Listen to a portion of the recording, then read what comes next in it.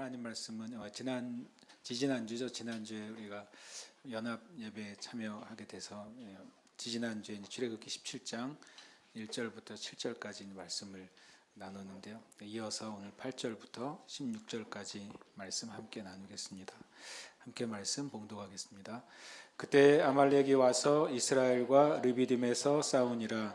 모세가 여호수아에게 이르되 우리를 위하여 사람들을 택하여 나가서 아말렉과 싸우라. 내일 내가 하나님의 지팡이를 손에 잡고 산 꼭대기에 서리라.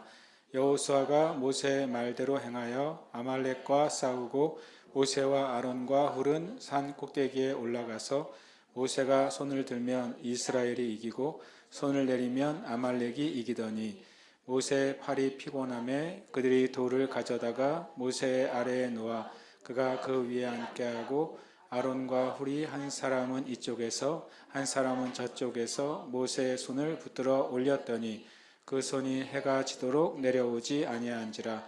여호수아가 칼날로 아말렉과 그 백성을 쳐서 무찌르니라. 여호와께서 모세에게 이르시되 이것을 책에 기록하여 기념하게 하고 여호수아의 귀에 외워 들리라. 내가 아말렉을 없이하여 천하에서 기억도 못하게 하리라. 모세가 제단을 쌓고 그 이름을 여호와 니시라 하고 이르되 여호와께서 맹세하시기를 여호와가 아말렉과 더불어 대대로 싸우리라 하셨다 하였더라. 아멘. 할렐루야. 아멘. 이 시간 함께 하신 여러분 다시 한번 주님의 이름으로 축복합니다. 지난주에 이어서 우리가 이제 마사의 그 기억이 있고 그다음에 이제 무리바의 사건이 있은 이후에 이제 여호와 니시의 사건을 우리가 이제 이어서 이제 보게 됩니다. 지난주에 우리가 보는 것처럼 이제 그들이 물이 없어서 또 원망하게 되고 또 모세와 다투게 되고 또 결국에 하나님과 다투게 되는 일이 벌어지고 또 그 중에서 하나님은 모세를 통해 또 물을 주시죠. 그런데 7절에 이렇게 끝이 나게 돼요.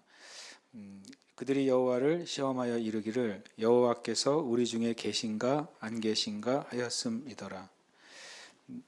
일종의 이제 원망이나 어떤 그런 것은 뭐에 바탕을 하고 있냐면 사실에 바탕을 하고 있어요. 만약에 물이 있는데 물이 없다고 원망하면 정신이 없는 거죠, 그죠? 그러니까 대부분의 원망은요, 실은 모든 원망은 사실에 바탕을 두고 있습니다. 사실을 얘기합니다, 실은. 이 일을 제기하는 것도 사실을 바탕으로 하고 있어요. 그러니까 어떨 때는 누가 원망을 하지만 또 누가 이제 요즘 말하면 이제 컴플레인을 하지만 그거는 사실이잖아요. 물이 없는 건 사실이죠. 또 음식이 없는 것도 사실이에요. 가끔 우리가 원망하지 마라고 말할 때 어떤 내용을 포함하냐면 그 사실 자체를 부정하라는 의미처럼 들릴 때가 있어요. 너 뭐 이렇게 하는 거 원망하지 마. 근데 실은 성경은 그 사실 자체를 부정하는 것을 믿음이라고 하지는 않습니다. 그러니까 믿음으로 행동해야 돼. 믿음으로 말해야 돼.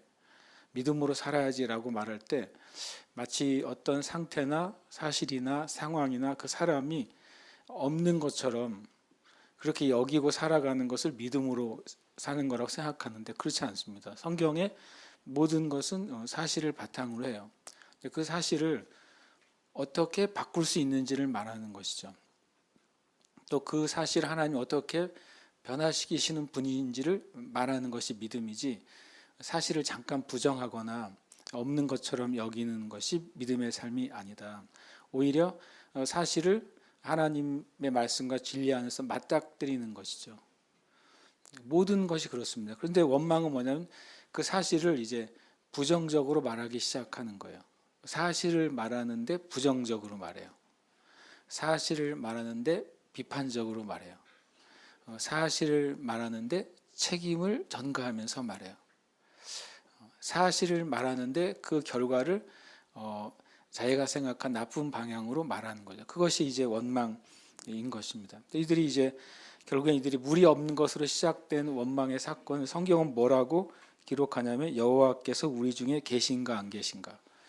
물로 시작된 이야기가 결국에는 그들의 마음 안에 하나님에 대한 실제 하는 믿음이 부족했다는 것입니다. 하나님이 10가지 재앙을 일으키셨는데도 하나님께서 유월절을 통해 이스라엘을 구원하시고 애굽과 애굽의 모든 신을 심판하셨음에도 불구하고 하나님이 모세를 통해 홍해를 열어주셨음에도 불구하고 홍해 안에 이 애굽의 모든 군대가 수장되었음에도 불구하고 그들에게 있는 진짜 문제는 뭐냐면 하나님이 계신가 안 계신가예요. 생각해 보면 좀 말이 안 되잖아요. 그 기적을 경험했는데 세상에 하나님이 계신 것 가지고 의심했다고? 라고 생각할 수 있는데 성경은 그렇게 하고 있어요. 그렇게 기록합니다. 이 모든 원망과 또는 다툼의 근원이 뭐냐면 여호와께서 우리 중에 계신가 안 계신가요. 참 우리는 이 믿음이 잘 있다고 생각하는 거죠. 뭐 예전에 어느 책에 보니까 이렇게 써 있더라고요. 마틴 로이 존스 목사님의 목사와 설교라는 책에 로이 존스 목사님이 이렇게 말했어요. 한두 번 제가 얘기했던 것 같은데 현대교회 목회자의 가장 큰 비극은 뭐냐면 목회자들이 설교할 때 설교를 듣는 교인들이 다 구원받았을 것으로 여기고 설교하는 것이래요. 그게 현대교회의 가장 큰 비극이랍니다. 다 구원받았을 거라고 생각하고 설교하는 것, 다 믿음이 있을 거라고 생각하고 설교하는 것, 다 하나님이 살아계신 것을 정말 믿는다고 생각하고 말씀을 전하는 게 최고의 비극이래요. 그렇게 보면은 실은 이스라엘 백성 여기까지 오는 과정에 설마 하나님이 계신 줄을 몰랐을까? 라고 생각하잖아요. 그런데 여기 써 있잖아요. 7절에 그들의 마음의 바탕 안에 여호와께서 우리 중에 계신가 안 계신가. 근본적으로는 이게 문제라는 거예요. 그러면 이렇게까지 말하면 저 여러분 어떠시겠어요? 우리의 믿음의 도전과 씨름에는 맨 밑바닥에 다 훑으면 이게 있을 수도 있는 거예요. 정말 나는 하나님이 나의 삶 가운데 계신가 안 계신가를 온전하게 믿고 있는가. 그러면 사도 바울의 고백이 이제 가능한 거예요. 내가 죽어도 주를 위하여 살아도 주를 위하여죠. 왜냐하면 내가 죽는다고 해서 내 인생이 실패하는 게 아닌 거예요. 내가 하나님이 정말 계시고 그분이 나와 함께 하신다는 것이 사실이라면 이 땅에서의 어떤 실패와 심지어 죽음까지라도 그것이 영원한 실패가 아니라는 거예요. 살아도 마찬가지죠. 내가 사는 것이 어떤 일을 행하고 하나님의 뜻을 행하는 것의 궁극적인 그 이유와 목적이나 성공은 나로 말미암는 게 아니라 살아계신 그 하나님 때문에 내가 하는 일이 의미가 있어지는 거죠. 만약에 하나님이 살아계신 분이 아니라면 내가 아무리 위대한 사람들이 내 동상을 세우고 이름을 새기는 일을 할지라도 하나님이 살아계시지 않으면 그 아무 실은 의미가 없다는 거예요. 그래서 이 하나님이 살아계신 것, 이것은 예수 믿는 사람은, 교회 다니는 사람은 우리나라 옛날 표현하면 삼척동자도 다 아는 믿음 아니야? 그런데 아니라는 거예요. 그게 실은 제일 중요한 믿음이지, 알고 보면요. 하나님이 정말 살아계시고 나와 함께 하시는 그분이신지, 그것이 실은 알고 보면 출애굽 여정 가운데 있었던 수많은 사건의 실은 기초입니다. 기초. 히브리서에서 이렇게 말하잖아요. 하나님이 기뻐하시는 사람은 하나님 반드시 그가 계신 것과 자기를 찾는 자들에게 상 주시는 이심을 믿어야 할지니라. 두 가지 믿음이 하나님을 기쁘시게 하는 믿음이에요. 뭐냐? 하나님이 계신 것을 믿는 믿음. 다시 말하지만 누구나 갖고 있는 믿음 같지만 하나님이 계신 것을 믿는 믿음만으로도 하나님을 기쁘시게 여길 수 있다니까요. 그리고 하나님께 나아가는 자는 반드시 상 주신다. 거기에 상이 리워드라고 되어 있어요. 프라이스가 아니라. 그러니까 보상하신다는 거. 하나님께 나아가는 것에서 반드시 응답하시는 하나님, 반드시 응대하시는 하나님이라는 사실을 믿느냐 하는 거예요. 내가 기도할 때 하나님은 정말 이 기도를 진짜 들으시는 것을 내가 믿느냐.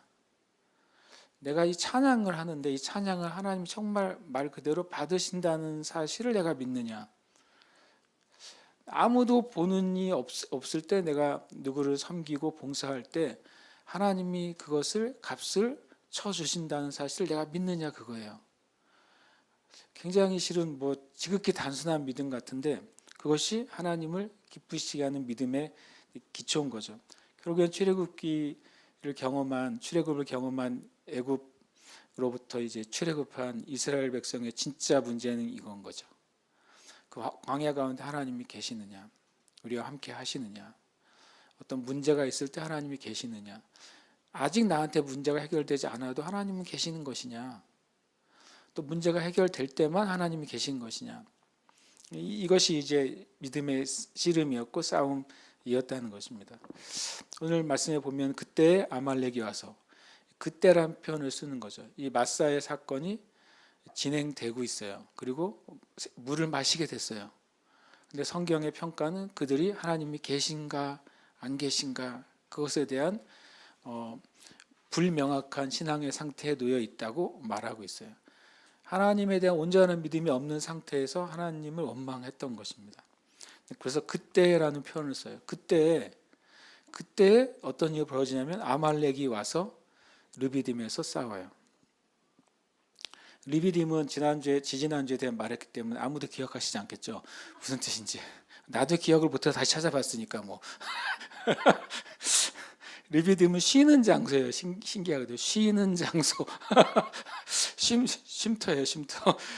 뜻이 신기하게도. 그런데 거기가 뭐가 됐어요? 싸움터가 됐어요. 그냥 원래 쉬어가는 장소인데 그곳이 싸움의 장소가 돼버린 거죠. 왜 그랬을까요? 이것은 마귀에게 틈을 줬기 때문에 우리가 쉴 수 있고 그리고 또 평안할 수 있는 장소인데 거기가 뭐가 되냐면 싸움과 투쟁의 장소가 돼버려요. 아말렉이 그 쉬는 장소에 아말렉이 쳐들어 오게 됩니다. 아말렉은 호전적이다라는 뜻이에요. 에서의 손자잖아요. 손자 중에 한 명이잖아요. 그러니까 우리가 하나님에 대한 원망과 하나님에 대한 의심은 마귀에게 틈을 주고 거기에 싸움이 일어나게 만들어요. 이것은 되게 중요한 것이죠. 지지난주도 이 말씀 한번 봤죠. 같이 한번 읽어볼까요? 시작. 분을 내어도 죄를 짓지 말며 해가 지도록 분을 품지 말고 마귀에게 틈을 주지 말라. 26절, 27절이 연결되어 있는 말씀이죠. 우리가 분을 낼 때 그 분을 해결하지 않으면 뭐가 생긴다는 소리예요? 마귀에게 틈이 생긴다는 것이죠. 원망이 멈춰지지 않을 때 이 아말렉이 오게 됐어요. 불신앙과 원망이 호전적인 아말렉을 불러들인 거죠. 하나님은 잠깐 르비딤에서 쉬었다가 이제 시내산으로 가야 되는 그 자리에서 오히려 이제 싸움이 일어나고 전쟁터가 된 것입니다. 그러니까 이것은 참 실은 우리의 삶 가운데 우리가 실은 지난날에도 경험했을 법한 일들인 것이죠. 하나님 나에게 주신 때로는 안식의 때와 안식의 장소가 때로는 그것이 분쟁과 싸움의 자리가 되기도 하는 것입니다. 그 근원은 어떤 것이든 마귀가 와서 싸울 수 있는 틈을 열어줬기 때문이에요. 물론 이제 다른 민수기에서는 아말렉에 대해서 여러 가지 다른 의견을 얘기합니다. 약한 자들을 친 아말렉에 대해서 이스라엘 백성의 지친 자들이 뒤로 처지고 그 뒤친 자들을 친 것에 대해서 하나님이 정말 엄청나게 분노하시고 그들을 이제 멸하시겠다고 하신 이야기가 있어요. 그러나 이 말씀에서는 그것을 주제로 다루지 않고 그냥 이 상황 가운데 아말렉이 어떻게 들어오게 되었는지를 말씀하고 있는 거예요. 이 싸움에 대해서 대책은 뭐였습니까? 대책은 맞서서 다시 같이 싸우는 거였어요. 피하는 것이 아니고 도망가는 것이 아니라 그 르비딤을 다시 회복하는 것이죠. 근데 그때 이제 말씀하신 모세가 여호수아에게 말합니다. 우리를 위하여 사람들을 택하여 나가서 아말렉과 싸우라. 이 전에는 여호수아와 모세가 어떤 관계였는지 실은 잘 나와 있지는 않잖아요. 그죠? 갑자기 등장해요. 여호수아가. 우리는 여호수아가 너무 익숙하기 때문에 너무 자연스럽잖아요. 모세가 여호수아에 말하는 건 당연하지. 성경을 많이 읽으셔서 그래요. 그렇지만 가만히 보시면 요 17장 전에 여호수아가 등장합니까? 등장하질 않아요. 우리 심지어 여호수아서까지 읽어가지고 여호수아를 너무 친근해요. 마치 출애굽기 앞에쯤에 나와 있을 것 같아요, 여호수아가. 근데 안 나와요. 갑자기 여호수아가 등장을 하죠. 신기하게도 모세와 여호수아는 다 구원을 의미하는 이름을 가지고 있잖아요. 모세는 뜻이 뭡니까? 물에서 건져냈다. 이것이 구원이란 단어의 의미예요. 구원이란 단어는 말 그대로 세이브란 단어가 뭐냐면 물에 빠진 사람을 건져냈을 때 구원이라고 말합니다. 우리가 오늘 구속이라는 표현을 쓰잖아요. 구속. 감옥에 가는 구속 말고 구속되었다라고 하는 구속은 값을 주고 사오는 것을 구속이라고 말한단 말이죠. 그러니까 이제 예수님이 행하신 이제 우리를 위해서 구원하신 역사는 두 가지 의미로 되는 거예요. 우리 스스로가 물에 죄에 빠져서 스스로 자기를 구원할 수 없는 상태에 있는 인간을 밖에서 물 밖에 있는 누군가가 물 안에서 죽어간 사람을 끄집어 내주는 것, 그게 1차적인 구원이에요. 그게 모세죠, 모세. 모세가 물에서 건져내라는 뜻이잖아요. 그리고 또 하나, 또 구원은 뭐냐면 이제는 스스로 구원할 수 없는 사람을 구원했을 뿐만 아니라 죄 가운데 있잖아요, 인간 자체가. 죄 가운데 갇혀 있다고 성경은 표현하고 마귀에게 갇혀 있다고 표현하는데 그것을 예수 그리스도의 피의 값을 치르고 다시 사오신 거죠. 그게 이제 예수 그리스도의 피의 구속입니다. 그러니까 이 예수님의 구원은 우리를 건져내시고 그리고 값을 치르신 거예요. 그래서 완전히 우리가 어떤 심판에서도 구원을 받았을 뿐만 아니라 그리고 죄의 결과와 죄의 값과 저주로부터도 구원받은 존재가 된 거죠. 그러니까 모세는 물에서 건졌다고 하는 구원의 의미예요. 근데 여호수아는 이름 자체가 뭐예요? 하나님은 구원이시다라는 거예요. 원래 예호슈아이죠. 예호슈아. 예호슈아가 뭐가 되죠? 예슈아가 되는 겁니다. 예슈아가 예수님이죠. 우리가 어쩌다 우리 예수님이라고 불렀는지 모르겠어요. 지저스라고 쓰고 예수라고 읽어요, 우리가. 그렇잖아요. 한글 성경은 놀라운 것 같아요. 원래 헬라어 성경들 읽으면 어떻게 해야 돼요? 우리 헬라어가 신약 성경이니까 예수스예요, 예수스. 헬라어 성경은 예수스라고 돼 있거든요. 제수스, 예수스라고 돼 있어요. 그리고 오히려 헬라어 성경과 비슷한 발음이 이제 프랑스어죠. 불어는 예수님 뭐라고 부를까요? 제주라고 불러요. 제주도, 제주. 어쨌든 우리는 이제 예호슈아 또는 예슈아라고 그래서 가끔 이제 요즘 이제 하나님의 이름을 이제 여호와 하나님 이렇게 부르는 목사님도 계시고 또 예수님을 예슈아라고 이렇게 부르기도 합니다. 원래 이제 히브리어의 걸 따라서 어쨌든 여호수아는 예수님의 이름을 그대로 보여줍니다. 하나님의 구원하시는 하나님의 이름이죠. 여호수아는요. 그리고 여호수아하고 똑같은 또 이름이 한 명 더 있다 그랬죠. 호세아요. 호세아가 예호슈아와 같은 어근을 사용해요. 그러니까 성경에 여호수아, 호세아, 예수 이 세 명은 다 하나님은 구원자이다라는 의미를 가지고 있어요. 그러니까 이 모세와 여호수아는 둘 다 구원자라는 뜻을 놀랍게도 가지고 있는 사람이죠. 그리고 모세는 이스라엘 백성에게 실은 지도자잖아요. 지도자. 여호수아는 나중에 실은 이제 모세의 명을 받은 실은 뭐라고 말해야 돼요? 이제 장군이라고 할 수 있겠죠. 장수라고 할 수 있죠. 어쨌든 여호수아에게 말합니다. 나중에 여호수아와 갈렙이 나중에 갈렙이 여호수아에게 이 산지를 내게 주소서 할 때 갈렙이 자기가 40살에 출애굽했다는 말을 합니다. 그러니까 여호수아도 비슷한 40대였다는 사실을 알 수 있습니다. 모세는 80대, 여호수아는 40대인 것이죠. 그러니까 아비 세대와 자녀 세대를 실은 또한 의미합니다. 모세가 여호수아에게 말합니다. 우리를 위하여 사람을 택하여 나가서 아말렉과 싸우라. 실은 알고 보면 19절이 우리는 너무 은혜스럽고 자연스러운 문장이지만 여호수아에게는 태어나서 처음 하는 일이잖아요.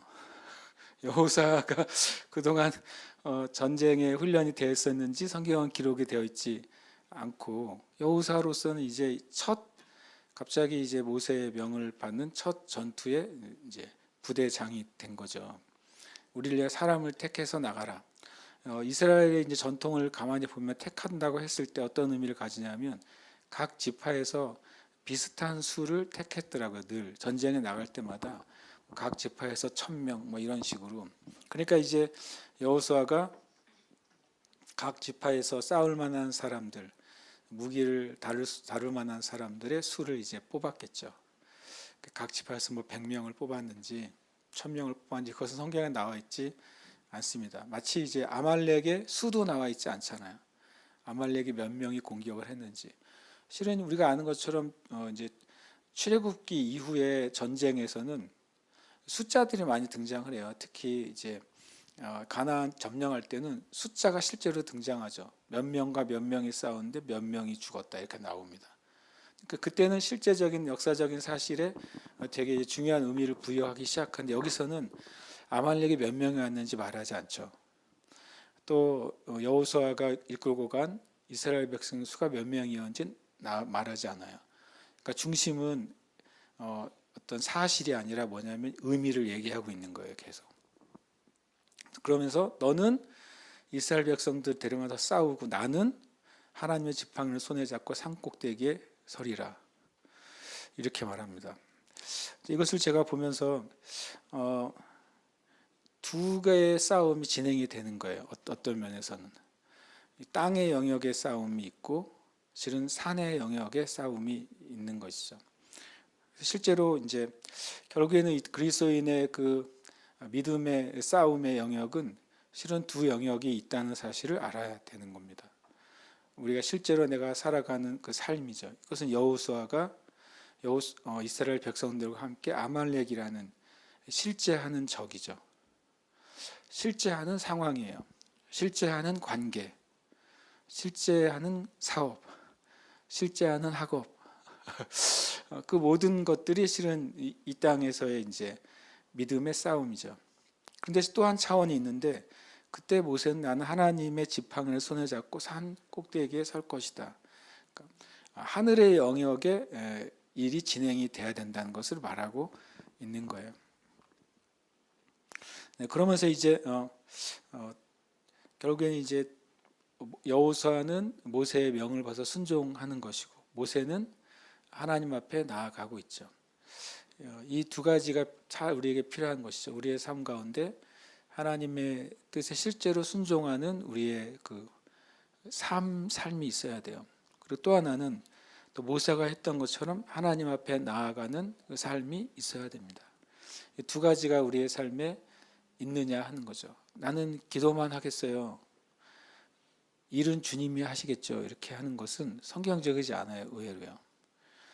그리고 나는 그냥 열심히 내가 맡겨진 일만 하겠어요. 그것도 성경적으로 온전하진 않아요. 우리 안에 영적인 경건의 그 차원이 없이는 우리의 삶의 일상의 차원이 풀어지지 않습니다. 그러면서 이제 이 여호수아가 모세의 말대로 행하여 싸웁니다. 여호수아는 그대로 싸워요. 그리고 모세 아론과 훌은 꼭대기로 올라갑니다. 첫 번째로는 이 싸움의 승리는 여호수아의 순종으로부터 시작돼요.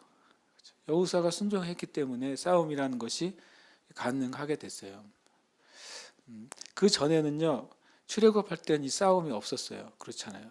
모세가 뭐만 하면 돼요? 지팡이만 들면 되잖아요. 그래서 구원의 역사에는 인간이 할 일이 없어요. 하나님이 하시는 거예요. 구원 이후에 그리스도인의 삶에는 뭐가 있어요? 우리의 일이 있는 거죠. 출애굽할 때까지는 이스라엘 백성이 한 게 뭐 있어요? 없잖아요. 이스라엘 백성이 이집트와 했던 어떤 일이 없어요. 이스라엘 백성이 파라오와 뭔가 했던 일이 없어요. 이스라엘 백성이 그 애굽의 병사들과 뭔가를 다퉜던 일이 하나도 없어요. 그렇죠? 하나님이 모세를 통해 모세도 뭐 할 일이 별로 없어요. 뭐예요? 지팡이만 들었잖아요. 지팡이만 들으면 비, 개, 이파, 악독, 우매, 암장 10개 재앙이 일어났잖아요. 그때 뭔가 한 게 없단 말이에요. 행위가 없다고요. 구원을 위한 인간의 행위가 존재하지 않았어요. 놀랍게도. 그때도 6월절에 구원의 역사가 있을 때도 순종만 존재했던 것이지 행위가 없었단 말이에요. 그런데 이제 이 출애굽한 이후에는 하나님이 요구하시는 거예요. 출애굽한 이후에는 내 율례와 법도를 너희가 지켜라라고 말씀하시죠. 그래서 우리가 우리의 삶 가운데 내가 예수 그리스도로 말미암아 내 영혼이 구원받고 죄 사함 받는 구원의 은혜는 인간의 행위는 작동할 수가 없어요. 오직 믿음으로 의롭게 되고 믿음의 고백으로 구원받아요. 그렇죠? 그러나 이제 그걸로 끝이다. 신앙의 삶이. 그러면 또 비성경적이에요. 마치 출애굽이 우리의 삶의 어떤 모델이 돼주잖아요. 그러니까 우리가 구원받은 이후에는 뭐가 있어야 돼요? 우리의 순종의 삶이 반드시 있어야 돼요. 에베소서 2장 7절 8절부터 너희가 그 은혜를 인하여 믿음으로 말미암아 구원을 얻었나니, 이게 순서잖아요. 너희가 하나님의 은혜가 먼저고 그 다음에 믿음이 다음이고 그 다음에 구원이 임하는 거예요. 그걸로 그 문장이 끝나지 않고 이것은 하나님의 선물이라고 말하고 그 다음에 뭐라고 되어 있다고요? 너희는 그의 만드신 바라 그리스도 예수 안에서 선한 일을 위하여서 지으심 받았다고 말했어요. 그러니까 이 구원과 신앙의 삶의 순서는 하나님의 은혜, 하나님이 사랑하시는 은혜, 십자가로 구원하신 은혜가 첫 번째요. 그 은혜를 믿고 받아들이는 것이 두 번째요. 그 믿는 자에게 하나님이 구원을 주시는 것이 하나님의 은혜예요. 그렇게 구원받은 백성이 이제는 그에게 허락된 하나님의 선한 삶, 그것이 살아가는 것이 그 다음이에요. 그냥 내가 구원받은 것으로 끝난다면 신앙의 삶은 제가 자주 말하잖아요. 구원받고 아무것도 없다면 제일 행복한 사람은 구원받은 날 죽으면 돼요. 영접 기도할 때 죽으면 제일 행복한 거예요. 그렇잖아요. 구원받고 그냥 구원받으면 끝이야 라고 말하는 신학이 있다면 구원받은 날 죽으면 얼마나 진짜 은혜로워요. 그런데 주님이 우리를 구원하시고 계속해 살려두세요. 구원받은 그리스도인들이 하나님 나라 안에서 맡을 역할이 있는 거예요. 예수 그리스도 안에서 행해야 될 일들이 있는 거예요. 그것이 우리의 삶이 되는 것이죠. 그래서 이것은 되게 중요하죠. 저 이걸 가만히 보면서 모세와 아론과 훌, 모세는 모세고 아론이 누구죠? 모세 형이잖아요. 훌이 누구예요? 훌은 모세의 누님이 누구예요? 미리암이죠. 미리암의 남편이에요. 훌이. 한 패밀리예요. 이 세 명이. 결국엔 모세는 영적으로는 지도자, 왕을 의미합니다. 아론은 뭡니까? 나중에 제사장이 되죠. 훌은 이제 미리암을 볼 때 미리암은 뭐예요? 선지자입니다. 예언자. 그래서 왕과 제사장과 선지자가 하나님 앞에 나아가는 것입니다. 그들이 하나님 앞에 나아갔을 때 이 땅 가운데 일어나는 영역에서 뭐가 일어나요? 승리가 일어나죠. 왕, 제사장, 선지자 하니까 떠오르는 단어가 있죠. 뭡니까? 그리스도죠. 기름 부음 받은 자, 그리스도는 구약에서는 왕과 대제사장과 선지자는 기름 부음으로 세워졌어요.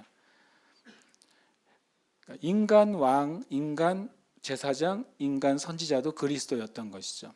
그러나 진정한 그 하나님의 유일한 그리스도, 왕 중의 왕이요, 참된 대제사장이시요, 하나님의 온전한 종이신 분이 바로 예수 그리스도이신 거죠. 예수님은 그래서 왕이시며 대제사장이시며 하나님의 온전한 종인자이신 거예요.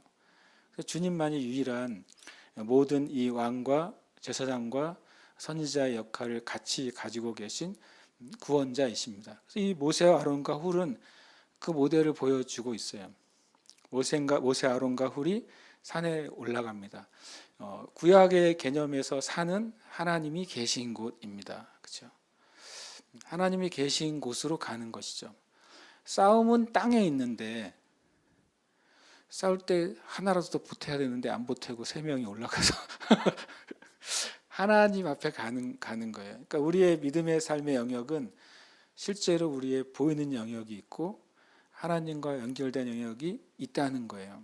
그 영역이 둘 다 중요하다고 성경은 이제 말씀하고 있어요. 그래서 이 11절은 잘 이해해야 되는 절이에요. 모세가 손을 들면 이스라엘이 이기고 손을 내리면 아말렉이 이기더니. 그리고 뒤에 보면 모세가 피곤하니까 들고 이끌다고 말했잖아요. 이게 무엇을 의미하냐? 이 말은 이제 잘 이해하시면 좋겠어요. 하나님은 전능하시잖아요, 그렇죠? 하나님은 전능하시고 무엇이든지 하실 수 있는 분이십니다. 그렇습니까? 네. 그런데 하나님의 그 전능하심이 사람에 의해서 제한을 받으세요. 이 단어를 잘 이해해야 돼요.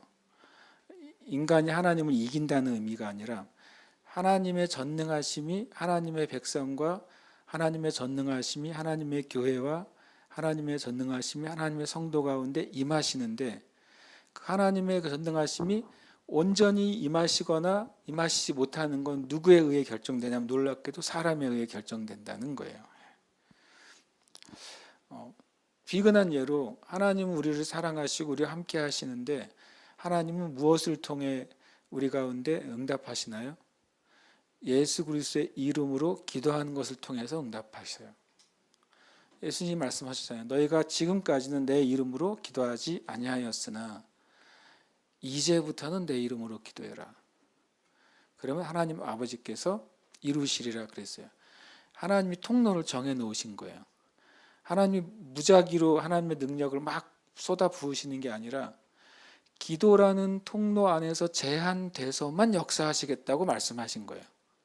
하나님이 스스로 어떤 힘이 약해지는 게 아니라 하나님의 온전하심이 우리에게는 믿는 자의 믿음의 기도, 예수 그리스도의 이름으로 믿음을 하는 기도를 통해 역사하시기로 제한되셨죠.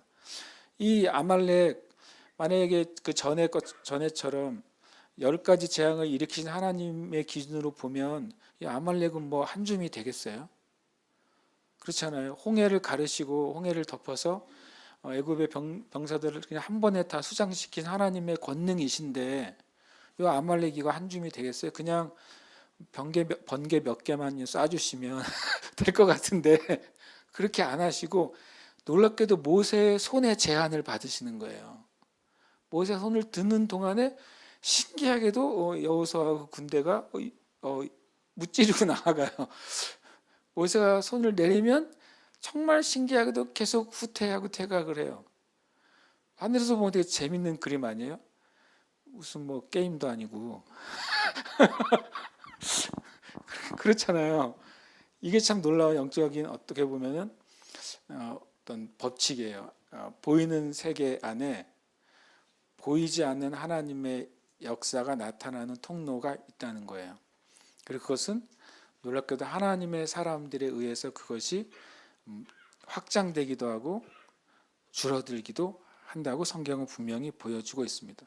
모세가 도대체 누구길래 손을 들면 이기고 내리면 내리냐는 아말렉이 이기냐는 것입니다. 그래서 우리의 삶 가운데 그 사실을 알아야 돼요. 하나님의 역사가 나를 통해 일어나기를 원하신다면 내가 하나님의 역사가 일어날 수 있는 통로가 되기만 하면 되는 것입니다. 깨끗하고 그리고 거룩한 통로가 되는 거예요. 그것이 우리가 해야 될 일인 것이죠.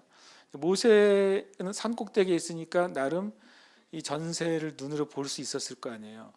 그때 얼마나 안타까웠겠어요. 자신이 손을 들고 주님 앞에 서 있을 때는 이스라엘 백성이 이기니까 얼마나 감사했겠어요. 그런데 힘들어서 내리면 쫓기고 또 그 중에 누군가가 막 넘어지고 찔리고 하는 걸 본다면 또 괴로웠을 거 아니에요. 근데 그 다음에 이제 우리가 잘 아는 신기한 묘책이 하나 나오게 되죠. 모세의 팔이 피곤함에 그들이 돌을 가져다가 모세 아래에 놓아 그가 그 위에 앉게 하고 아론과 우리 한 사람은 이쪽에서 한 사람은 저쪽에서 모세의 손을 붙들어 올렸더니 뭐 이걸 이제 많이 얘기하시는 분은 또 뭐 십자가다라고 얘기도 하고 막 그래요. 그런데 제가 자주 얘기하지만 그냥 성경이 하나님의 구속의 역사가 맞는데 모든 작구마다 다 십자가를 다 억지로 붙이면 약간은 좀 온전하지는 않은 해석이라는 생각이 들 때가 있어요. 어쨌든 여기서는 성경 그대로 본다면 모세가 기도했다고 써 있지는 않아요. 그렇잖아요. 기도했다고 써 있지는 않죠. 그러나 모세의 행위는 분명히 중보적인 행위였다는 것은 알 수 있어요. 그가 손을 들고 있다는 것은 하나님을 의지하고 있는 것을 말하고 있죠. 하나님 앞에 서 있는 거예요. 하나님이 행하실 것을 믿고 하나님 앞에 서는 것이죠.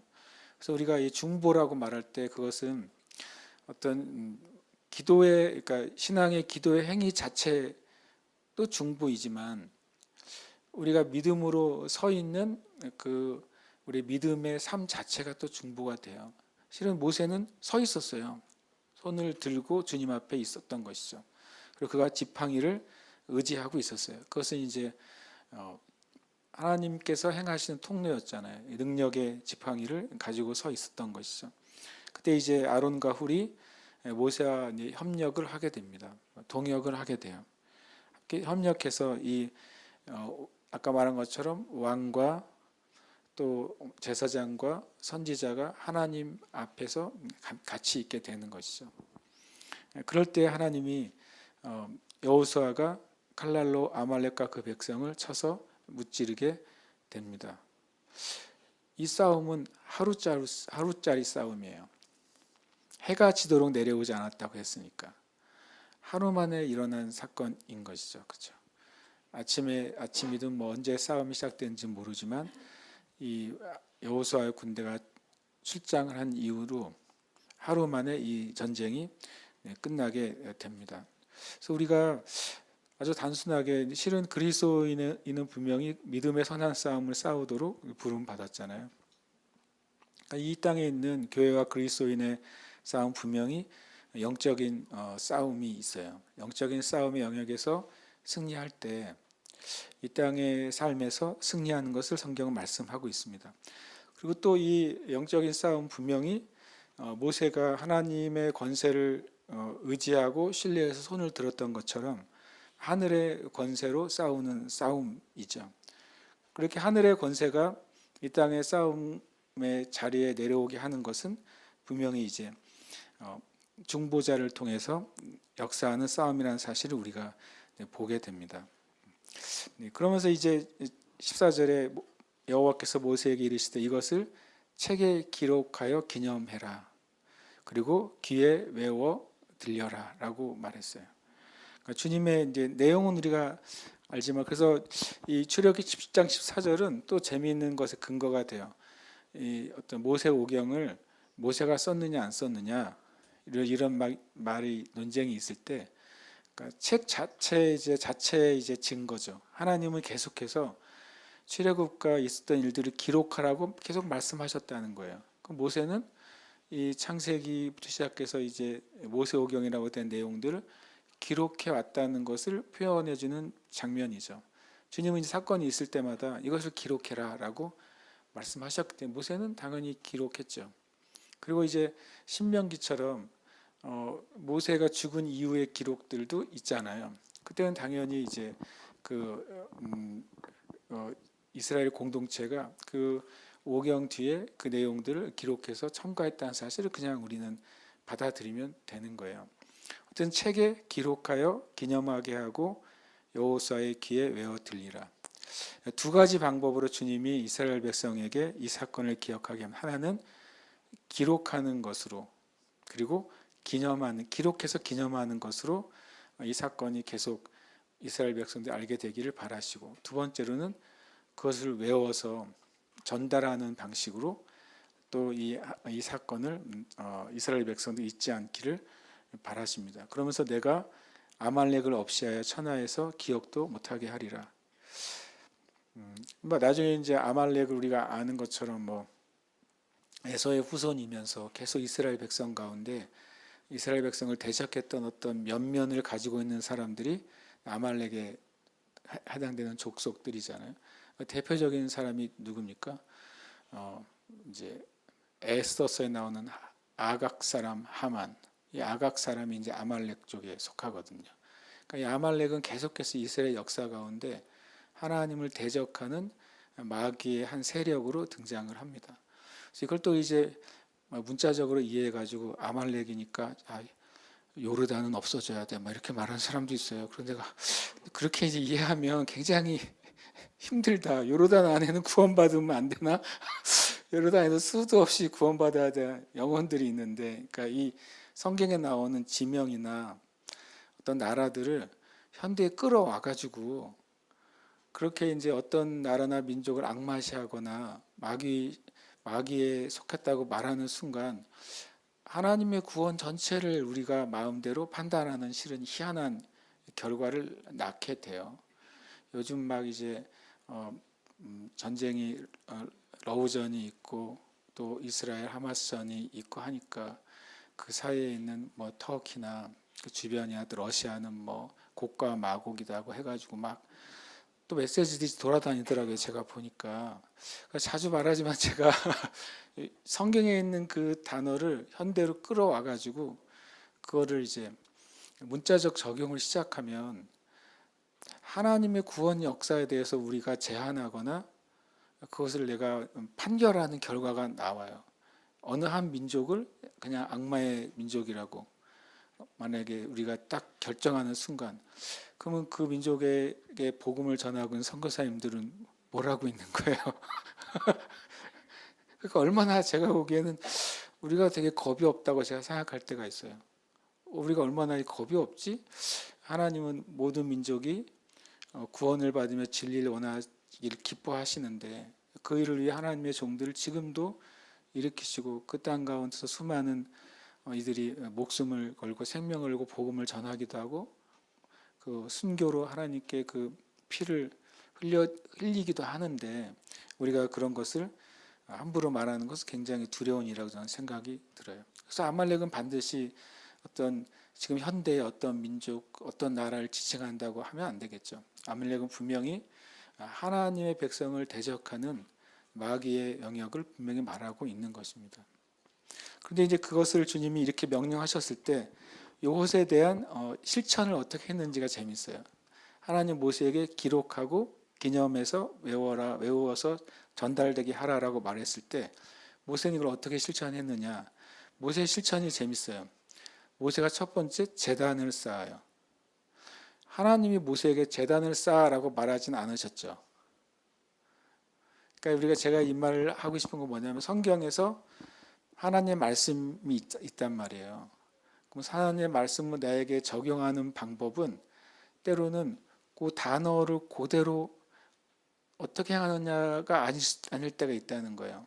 다시 주님의 명령은 뭐냐면 기록하고 기념하게 하고 외워 들리라 그랬어요. 주님이 말씀하신 명령이죠. 그러면 모세는 그걸 어떻게 실천했느냐? 주님의 명령을 실천을 어떤 방식으로 했냐? 모세가 생각하기에 그걸 기록하고 기념하고 외워 들리는 방법으로 제단을 쌓았어요. 모세는. 쉽게 말하면 사막 안에 제단이 있는 거예요. 이스라엘 백성이 가나안에 정착한 이후에 여기 와본 사람이 몇 명 있을까 생각했어요. 제가. 가나안에 40년 정착하거든요. 그 다음에 누가 이 여호와 니시 제단 보려고 누가 왔을까? 난 잘 모르겠어요. 성지순례를 했을까? 그건 모르겠지만 어쨌든 이스라엘 백성들의 기억 안에 거기에 르비딤에 뭐가 있어요? 제단이 있는 거예요. 그 눈에 보이는 영역에 제단이 쌓여져 있는 것이죠. 근데 제단은 뭐를 기억하게 합니까? 거기다가 이름을 붙였어요. 제단에다가 르비딤 제단이라고 안 하고 여호와 니시라는 제단이에요. 근데 그 여호와 니시를 사람들이 그 제단은 여호와 니시지. 그것이 뭐가 되는 거예요? 하나님에 대한 고백이 되는 거예요. 하나님은 나의 깃발이셔. 하나님이 르비딤에서 우리가 하나님을 의지하고 순종해서 싸웠을 때 승리하게 하신 하나님이시니까 각자의 삶 가운데 또 믿음의 역사의 단계마다 마귀의 대적들을 만날 때마다 이 아말렉과 같은 마귀의 대적들을 만날 때마다 이 이스라엘 백성들은 어디로 가는 겁니까? 그들의 기억이 리비딤으로 가는 것이죠. 그 제단으로 가는 것이고 제단의 이름에 가는 거예요. 여호와 니시의 하나님이시죠. 그래서 전쟁 가운데 당연히 뭘 고백했겠어요? 르비딤에 쌓아놓은 그 제단의 이름 여호와 니시의 하나님의 이름을 의지하기 시작하는 것입니다. 그것을 이제 고백하는 거죠. 그러니까 기록과 기념을 위한 그 모세가 해놓은 장치는 제단을 쌓고 거기에 이름을 붙이는 거예요. 참 훌륭하잖아요. 이게 실천을 이렇게 하는 거죠. 성경의 말씀 여러분 읽었을 때 하나님의 말씀의 그 자체는 너희가 책에 기록하고 기념하고 외워 들려 이렇게 말한 말씀을 모세는 그것을 실천하려면 어떻게 할까? 이스라엘 백성들이 계속 대대로 기억하게 할 만한 것을 하는 거예요. 그것이 제단을 쌓고 여호와 니시라고 이름을 붙여서 그 다음에 주님의 명령을 가르치는 거예요. 여호와께서 맹세하시기를 여호와가 아말렉과 더불어 대대로 싸우실 거야. 그러니까 너희 삶 가운데 아말렉과 같은 제적이 나타날 때 여호와 니시를 가는 것입니다. 왜냐하면 주님은 하나님의 백성을 대적하는 적들과 대대로 싸우시겠다고 말씀하셨으니까 지금 내가 맞닥뜨린 아말렉과 같은 대적에 대해서 주님은 싸우시는 분인 거예요. 나는 그 여호와 니시 하나님을 고백하게 되는 것이죠. 그래서 이것이 하나님의 이름이 계시된 거잖아요. 이 사건을 통해서. 그래서 하나님이 어떤 분인지 계시될 때는 항상 세 가지 요소가 포함이 됩니다. 하나는 사건이 일어나요. 하나님의 성품이나 하나님의 능력이 계시될 때마다 사건이 벌어집니다. 때로는 그게 긍정적인 사건이기도 하고 부정적인 사건이기도 해요. 여호와 이레라는 하나님이 그 구원자를 준비하시리라고 한 하나님의 그 놀라운 계획이 계시됐어요. 그때 일어난 사건은 뭐예요? 하나님이 아브라함에게 너의 독생자 네가 사랑하는 아들 이삭을 나에게 바쳐라고 하는 사건이 벌어진 것이죠. 그리고 거기에는 사건 플러스 뭐가 들어가냐면 장소가 항상 등장을 합니다. 내가 너에게 일러준 그 산으로 가라고 말하죠. 장소가 지정이 돼요. 사건과 장소가 등장하고 거기에 그 사건과 장소에 순종한 사람이 등장해요. 제가 무슨 말을 하려고 하냐면 하나님과 하나님의 영적인 것이 계시되는데 거기에는 보이는 영역에 어떤 것이 존재한다는 거예요. 우리의 삶이죠. 하나님의 놀라운 비밀과 계시가 어디에 임하느냐? 저와 여러분의 삶에 임하는 거예요. 내가 만나는 사건과 사람과 관계와 모든 문제들 가운데 내가 아브라함처럼 순종하기 시작할 때, 내가 모세와 여호수아처럼 순종하기 시작할 때 하나님이 어떤 분이신지, 그분이 여호와 이레의 하나님이신지, 그분이 여호와 니시의 하나님이신지가 계시가 되는 거예요. 순종의 열매로 그 하나님 자신이 계시되는 거죠. 그래서 우리 삶 가운데 이런 이제 묵상을 제가 하겠어요. 내 자신이 이 땅 가운데 하나님의 이름이 계시되는 통로가 되어야 된다. 모세를 통해서 하나님 여러 번 계시되셨어요. 그래서 모세를 통해서 주님은 나는 치료하는 여호와다. 여호와 라파가 계시됐잖아요. 모세를 통해서 또 여호와 니시가 계시가 되는 거예요. 다윗을 통해서는 여호와는 나의 목자시니 여호와 로이 하나님이 계시되는 것입니다. 그러니까 사람이 어떤 사건을 만날 때 그때 하나님을 의지하면 하나님이 계시대요. 직장생활하는 그리스도인이 직장생활 가운데 무엇인가를 해결하고 뛰어넘어야 문제가 발생했을 때 그 직장생활하는 그리스도인이 참으로 하나님 앞에 순종하고 주님 앞에 나아갔을 때 하나님이 그 사건과 그 직장생활하는 그리스도인을 통해 하나님이 어떤 분이신지를 그 회사에 계시하시는 거예요. 그래서 우리가 성경에 이런 표현이 있단 말이죠. 이삭에 대해서 그 비골과 그 아비멜렉이 와서 뭐라고 하냐면 너는 하나님이 너와 함께 하신다 그렇게 말해요. 그러니까 우리가 평화협정을 맺자 그래요. 제가 왜 그 얘기를 했냐면 이번 주 BIR 지난주에 19장까지 읽어야 되고 이번에 출애굽기 31장인가요? 36장까지 읽어야 되잖아요. 그 달려가는데 아주 힘들어요 지금.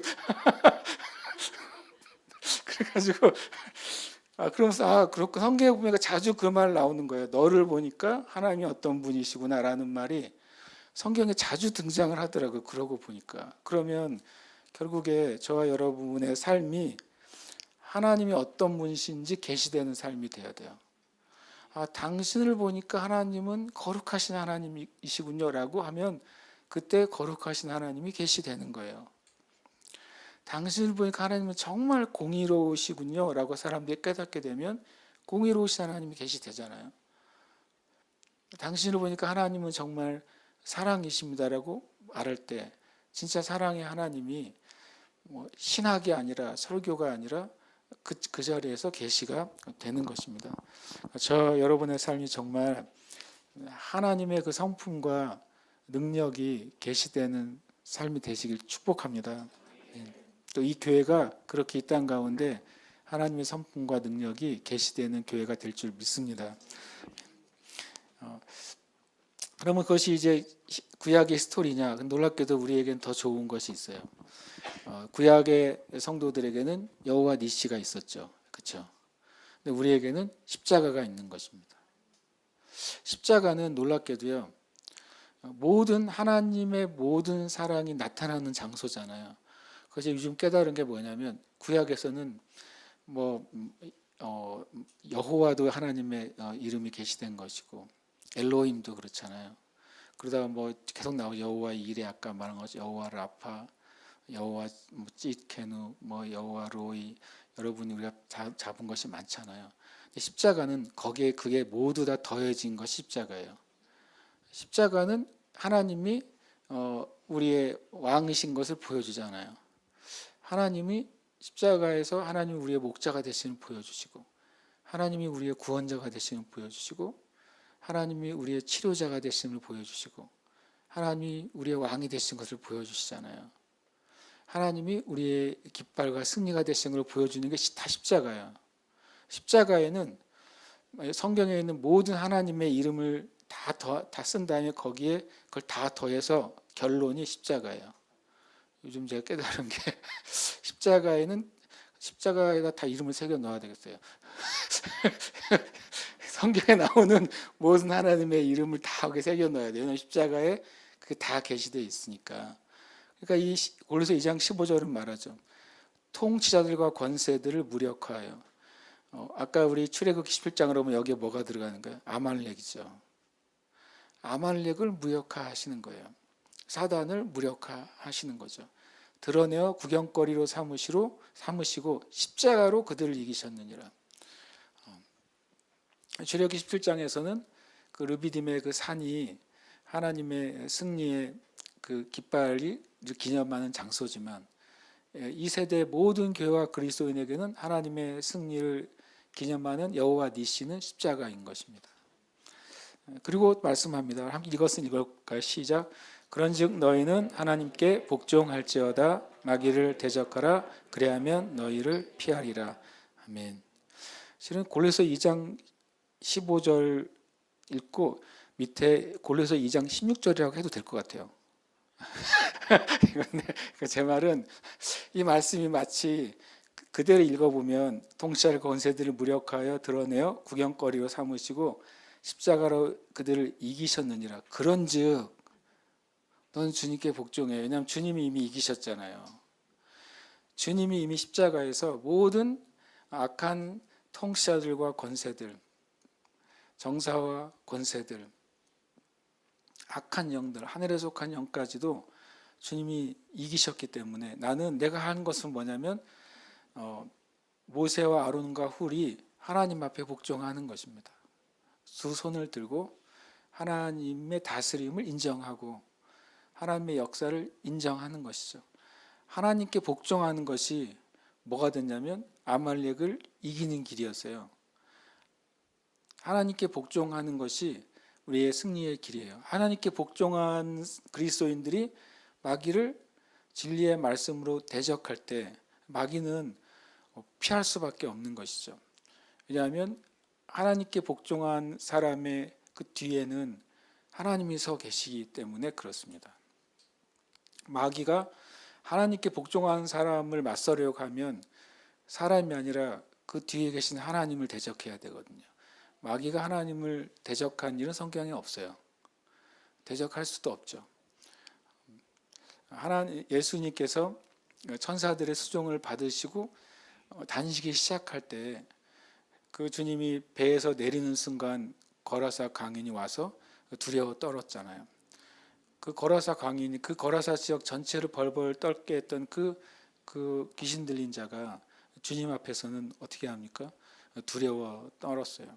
우리가 하나님이 하신 일은 하나님이 하신 일로 끝난 것이 아니죠. 예수님이 하신 일도 예수님이 하신 일로 끝난 것이 아니라 하나님께서 하시고 예수님께서 하신 일이 우리에게 해당된다는 거예요.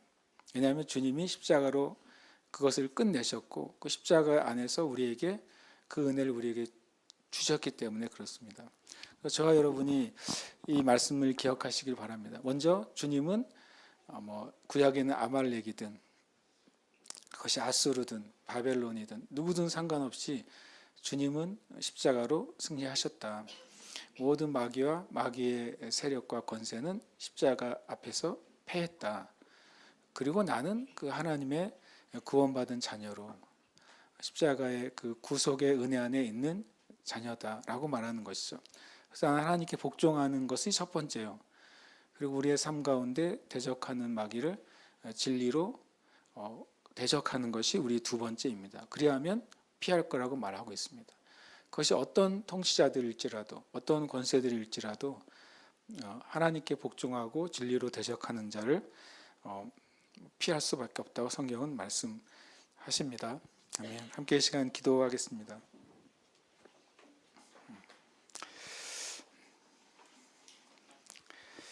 우리 함께 말씀 고백하고 기도합니다. 함께 고백하겠습니다. 나는 원망하는 자가 아니라 감사하는 자이며 입으로 진리를 말한다. 아멘. 고백합니다.